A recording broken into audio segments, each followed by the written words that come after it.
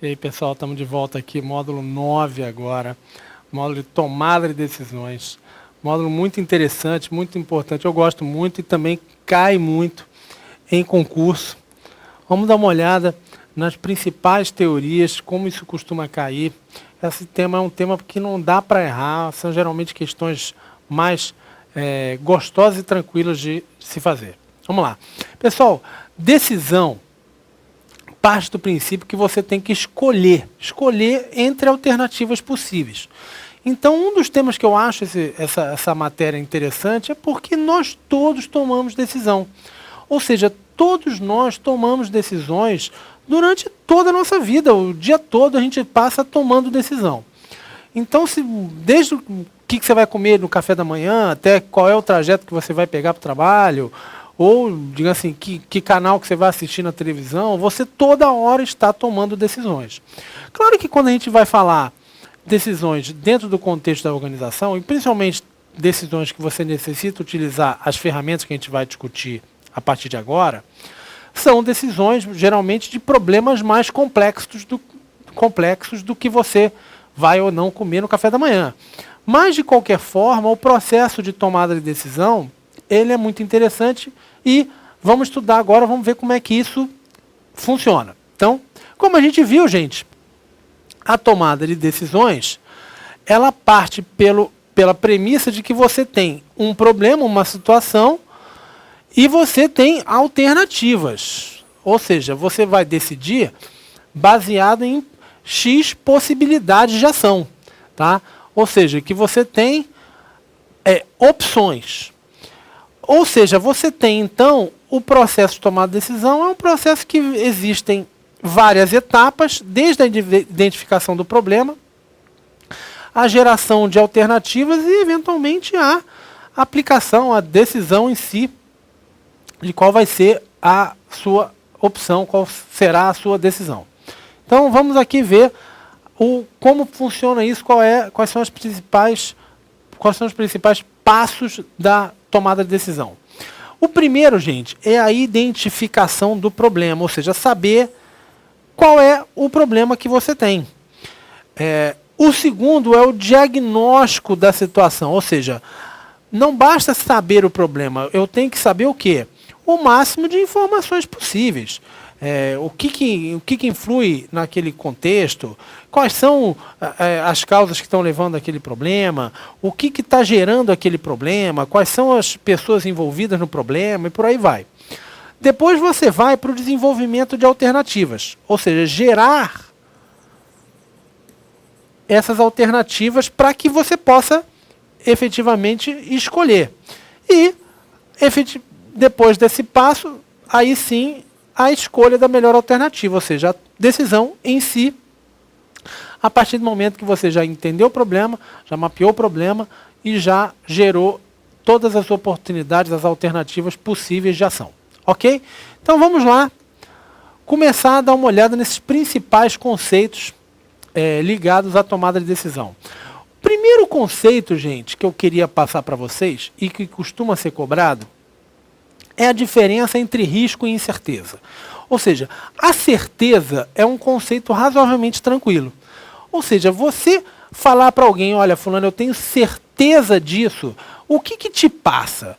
Qual é a ideia que aquela pessoa está te passando? De que você sabe o que vai acontecer, ou seja, você tem todas as informações necessárias para, digamos assim, dizer exatamente o que ocorrerá de acordo com um comportamento seu. Então, por exemplo, você deve ter razoável certeza que se você apertar o interruptor do seu quarto, a não ser que a sua lâmpada esteja queimada ou que esteja faltando luz, que você vai ter, a luz acenderá. Ou seja, mais certeza ainda você tem o seguinte, o sol vai nascer amanhã, não vai? Isso é praticamente uma certeza, ou seja, você tem todas as informações necessárias e disponíveis que levam a você saber que aquela situação ocorrerá ou não. Já entre o risco e a incerteza é que a gente vai ter que explicitar isso um pouco melhor. Qual é a diferença, gente, entre o risco e a incerteza? O risco pode ser estimado. Ou seja, quando a gente fala de risco, a gente fala de uma situação onde a gente tem dados o bastante, a gente tem informação o bastante para ter uma ideia de qual é a probabilidade daquela situação ocorrer ou não. Então, por exemplo, se eu te falar que eu vou fazer uma operação XYZ, o médico provavelmente vai me dizer, olha, Rodrigo, essa sua operação ela tem uma probabilidade de 95% de ter sucesso. Por que ele diz isso? Ou seja, qual é o risco da operação? Gente, ele diz isso baseado no conhecimento que ele tem da minha situação e do histórico de operações semelhantes feitas com pessoas que tinham a mesma situação que eu. Ou seja, ele tem ali dados e informações que possibilitam a ele estimar a probabilidade que eu vá ter um problema ou não. Veja bem, claro que ali ele não tem certeza de nada, mas ele tem o quê? Ele tem uma noção do risco envolvido. Então, por exemplo, quando a gente fala que o risco de andar de avião, você tem uma chance em 300 milhões, sei lá quantas, de morrer num acidente de avião, significa o quê? Ele está pegando o quê? O histórico dos acidentes de avião, comparando com o número de voos anuais e por aí vai. Ou seja, ele pega as informações, os dados que existem para estimar uma probabilidade, estimar uma chance de que aquilo ali eventualmente aconteça ou não aconteça. Quando a gente vai para a incerteza, gente, a incerteza ela ocorre quando você não tem dados disponíveis para avaliar. Ou seja, não existe, ou pelo menos não existe na sua mão, informações, dados disponíveis que possam te fornecer uma ideia do que vai acontecer. Ou seja, você não consegue estimar nada, você não consegue montar uma probabilidade do que pode ocorrer ou não. Então a incerteza, ela é uma situação onde o quê? Você não sabe se aquilo ali pode ou não ocorrer, você não tem ideia da magnitude do problema ou não. Ou seja, a incerteza ela passa a ideia de que você não tem como estimar a chance daquele fato ocorrer ou não. Isso é muito importante, depois a gente vai ver como é que a gente usa isso e como é que isso é cobrado em concurso. Então, gente, certeza, você tem todos os dados possíveis e imagináveis necessários para que você saiba se uma decisão que você tomar, qual vai ser o resultado. O risco é você ter uma situação onde você consegue estimar a chance de sucesso daquela decisão. E a incerteza é a situação onde não existe essa capacidade. Você não consegue estimar qual é a chance que você vai ter de sucesso ou de fracasso naquela situação específica. Ok? Então, gente, vamos dar uma olhada. Decisão programada e não programada. Esse é um temazinho bem tranquilo e que costuma ser cobrado com razoável frequência nos concursos de administrador. Gente, questão programada é uma questão rotineira. É uma questão que já foi, provavelmente é uma questão que já ocorreu diversas e diversas vezes e que a organização, no intuito de ganhar eficiência, ela normatiza aquilo ali. Ou seja, a decisão programada é uma decisão que já foi tomada, que já existe um padrão de como você deve proceder naquela situação. Na verdade, a decisão programada, a partir do momento que ela passou a ser aplicada, ela já não é mais uma decisão, porque a pessoa não tem mais a discricionariedade de decidir. Ela deve aplicar o que já foi decidido, o que já foi determinado. Então, por exemplo, quando a gente fala de um ato vinculado, por exemplo, na administração pública, é uma decisão programada, ou seja, ocorre, por exemplo, quando você vai se aposentar. Vocês que já estudaram direito administrativo, você sabe que na aposentadoria o que você tem? Você se apresenta lá ao órgão público e fala para o setor, olha, eu já cumpri aqui os anos que eu precisava, está aqui meus documentos, os requisitos. Se você preencheu aqueles requisitos, não cabe àquela pessoa dizer que você tem ou não tem. Ela tem que simplesmente o quê? Aplicar uma decisão que já é programada, ou seja, uma decisão que já está estabelecida previamente do que ele deve fazer. Então, por exemplo, o caso da aposentadoria. É um caso de decisão programada. Mas, Rodrigo, então me fala um caso na iniciativa privada. A gente tem, por exemplo, vamos imaginar que você estuda numa faculdade particular. Você falta um dia, tua namorada te chama, meu amor, vamos lá para o cinema tal, vamos ver Pirata do Caribe. Aí você, aquela prova lá de administração, você chama lá, depois eu vou lá fazer a segunda chamada. Quando você chegar na secretaria, gente, a moça que vai lhe atender, ela não vai, pensando bem no seu caso, o que a gente poderia fazer? Muito provavelmente já existe algo definido nesse seu caso. Então, olha, se você faltou a aula, não tem aqui uma explicação, um atestado, ou seja lá o que for, olha, o senhor, por favor, paga R$30 de multa e a prova de recuperação, a prova de segunda chamada, ou seja lá o que for, vai ser no dia X, ou seja, isso ela não decidiu naquele momento. É algo que já estava programado em antecipação, que já era definido, que seria aplicado quando aquela situação ocorresse. Então, gente, uma decisão programada é algo que é comum, rotineiro, padrão. É na verdade, uma decisão que é tomada sempre que aquela situação ocorrer. Ok, gente? Então, obviamente que ela, então, é utilizada para você ganhar tempo. Que aquela pessoa que esteja atendendo ali já saiba o que tem que fazer no caso X, no caso Y, no caso Z. Tem outro caso aqui comum também, por exemplo, vamos imaginar que você esqueceu de declarar o imposto de renda. Ih, rapaz, passou lá dia 31 de abril, não declarei. Você vai na Receita Federal, aquele atendente que vai lhe atender, ele não vai pensar, pensando bem no seu caso, o que a gente pode fazer? A gente já está estabelecido lá, o senhor, por favor, faça a declaração, vai pagar uma multa X, vai Y, vai Z, ou seja, a decisão já está tomada no caso, né? Ela já é programada. O que você vai fazer é aplicar uma decisão. Agora, gente, a não programada ela já é diferente. Uma decisão não programada é uma decisão incomum. É uma decisão que a pessoa vai ter que pensar, vai ter que analisar a situação. É uma situação que não é rotineira. É, na verdade, o que a gente vai se debruçar agora. Ou seja, as técnicas de decisão servem basicamente para as decisões não programadas. Ou seja, uma decisão que você vai ter que pensar o problema. Vou botar entre aspas aqui, tá, gente? Ou seja, que você vai ter que analisar aquele problema, entender quais são as variáveis, entender o que pode acontecer, analisar os efeitos, ou seja, gerar as alternativas, fazer tudo aquilo que a gente estava preocupado, digamos assim, analisar a situação, o contexto, ou seja, você vai ter que efetivamente se debruçar sobre o problema e gerar uma alternativa e pensar uma decisão. Ou seja, é algo incomum, é uma decisão nova, uma decisão sobre um problema que ainda não foi tomado, ou pelo menos não naquele contexto. Ok? Vamos dar uma olhada então como isso é cobrado em concurso, que isso aí é questão para não errar, gente. Vamos lá, molezinha.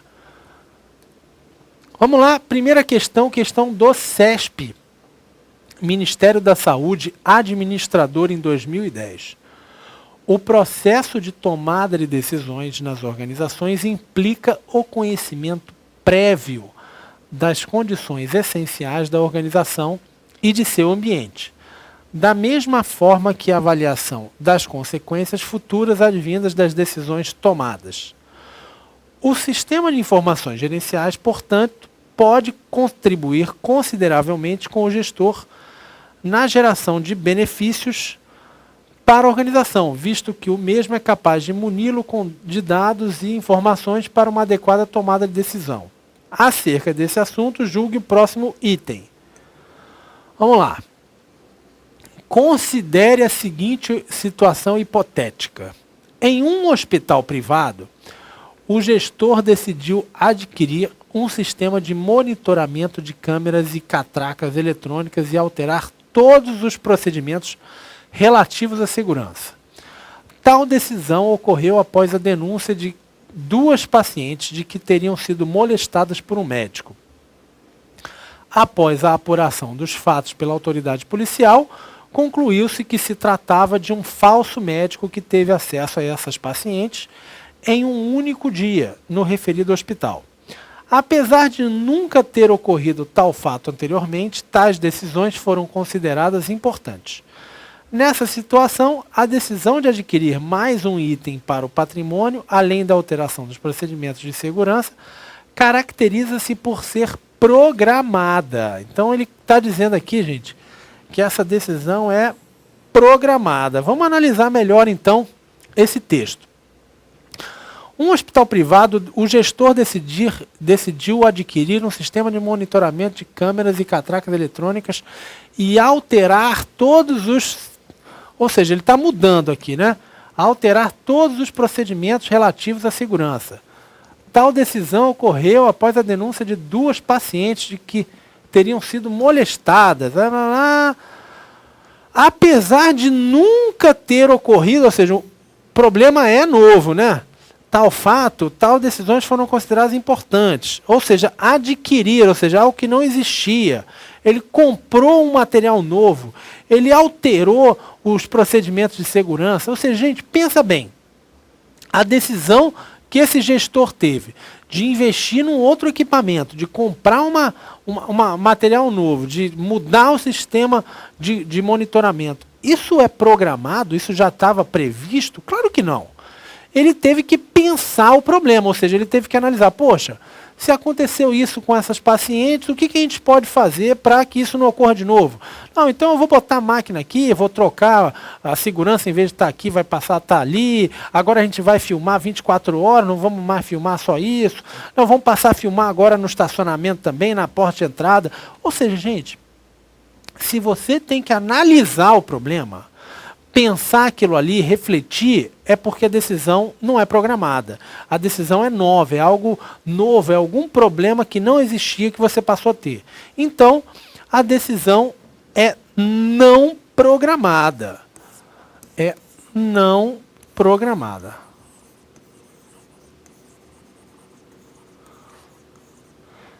Questão errada é o gabarito da banca. Vamos lá, mais uma questão do CESP, concurso da Embasa, Administração em 2010. Acerca do processo decisório, julgue os itens a seguir. 2. A política da empresa serve de guia para a tomada de decisões programadas. Gente, aí, beleza. Ou seja, você imagina, por exemplo, a política da empresa é, digamos assim, o que ela costuma permitir, ou quais são os valores dela, o que ela geralmente deixa ser feito na área de comportamento, na área de atendimento ao cliente, na área, digamos assim, quais são os valores que ela tem, por exemplo, de respeito ao meio ambiente, e por aí vai. É óbvio que isso vai determinar quais seriam as decisões programadas. Ou seja, a definição de quais seriam as decisões já definidas anteriormente, ou seja, olha, isso pode, isso não pode, se acontecer tal situação você vai deixar, ou então vai cobrar o valor tal. Claro que isso se baseia o quê? Nos valores da empresa, nas políticas, na cultura organizacional e por aí vai. Tá? Então a questão aqui está ok, está perfeita. A política da empresa, ela sim serve de guia para que a empresa defina essas questões de antemão. Vamos para número 3. Vieses psicológicos, pressões de tempo e realidades sociais influenciam as decisões reais. Gente, ou seja, vieses psicológicos, se a pessoa está tranquila, está calma, tem um bom equilíbrio emocional, se ela está nervosa, se está passando um momento bom. Isso daí afeta as decisões reais? Claro que afeta. Ou seja, se você está nervoso, se você está por exemplo, passando um momento difícil da sua vida, provavelmente você vai tomar a decisão, às vezes, num momento impulsivo, ou seja, já se você está tranquilo, está contente, você tem uma tendência de tomar outro tipo de decisão. A gente vê o problema diferente de acordo com o nosso estado psicológico. A mesma coisa a pressão de tempo, ou seja, se você tem muito tempo para decidir, você pode se aprofundar no problema, você pode pegar mais informação, ligar para um amigo, para um cliente e ter mais dados para tomar decisão. Se você não tem tempo, você às vezes tem que tomar baseado no instinto, no seu, que a gente chama de feeling, ou seja, baseado na tua experiência passada, mas vai afetar a tua tomar decisão? Com certeza.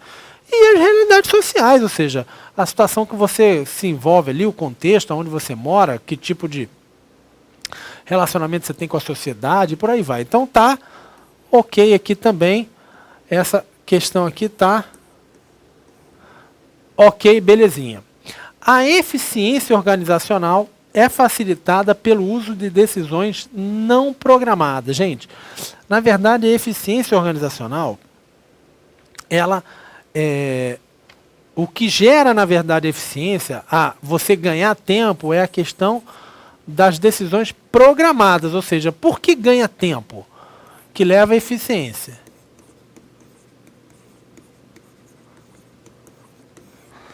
Por que ganha tempo, gente? Imagine o caso que eu tinha citado agora há pouco tempo. Você faltou a prova na faculdade e aí você chega na secretaria.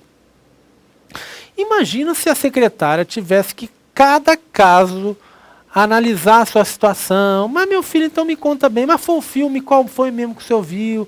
Ah, não, esse filme é bom, então o senhor, por favor, paga menos dinheiro aqui. Não, esse filme é ruim, então você merece pagar mais caro. Gente, é óbvio que isso daí ia levar muito tempo. Ou seja, as decisões programadas, elas existem exatamente para que se tome menos tempo em decisões rotineiras, em problemas rotineiros. Já a decisão não programada, gente, ela não se baseia na eficiência de tempo, ou seja, não é com essa ideia que a gente analisa as decisões não programadas. Tá? Então, as decisões que servem para melhorar a eficiência, ou seja, gastar menos tempo na tomada de decisão, são as decisões programadas e não programadas. Então, essa questão está errada. Vamos lá. Mais uma questãozinha. Questão número 5. Na universidade, o desenvolvimento de novos recursos didáticos para uso nas salas de aula é um exemplo de decisão programada. Nananina não. Gente, já que no novos aqui você já matava a questão.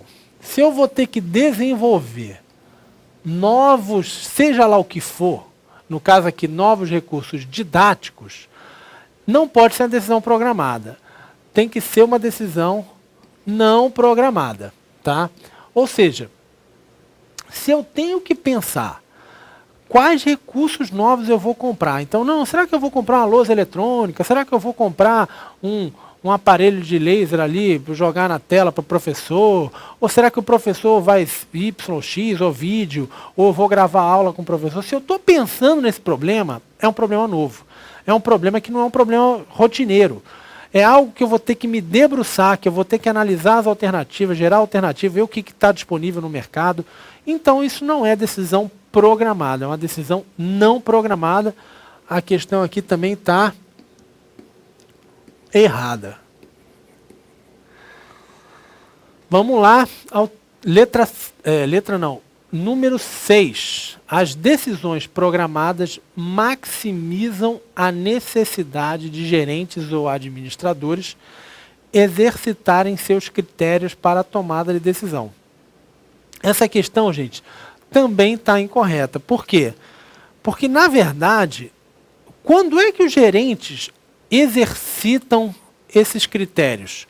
Ou seja, quando é que o gerente tem que pensar o problema, ele tem que usar as técnicas que a gente vai desenvolver daqui a pouco, de entender o mapeamento do problema, técnica para gerar alternativa, técnica para tomar decisão, escolher a melhor alternativa. Gente, não é na decisão programada, é na decisão não programada.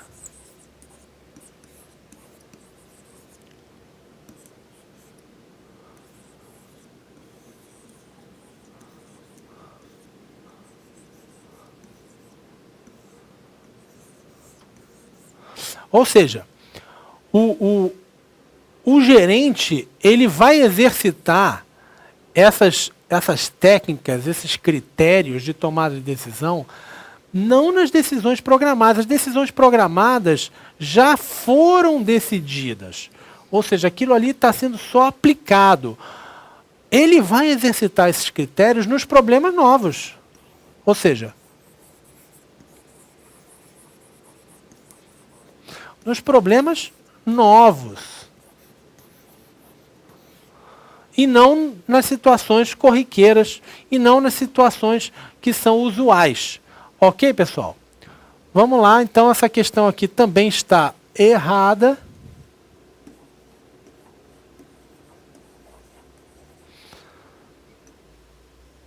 Vamos começar a dar uma olhada, então, nas ferramentas de diagnóstico da situação, ou seja, para a gente mapear o problema.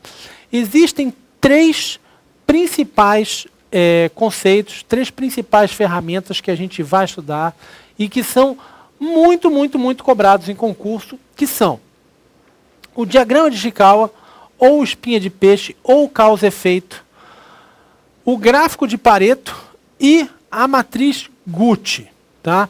Gente, o diagrama de Ishikawa, ele serve para a gente entender quais são as causas, o que está gerando aquele determinado efeito. Ou seja, a gente define qual é o efeito que a gente tem que estudar e entender e hierarquizar as principais causas, o que está gerando aqueles problemas.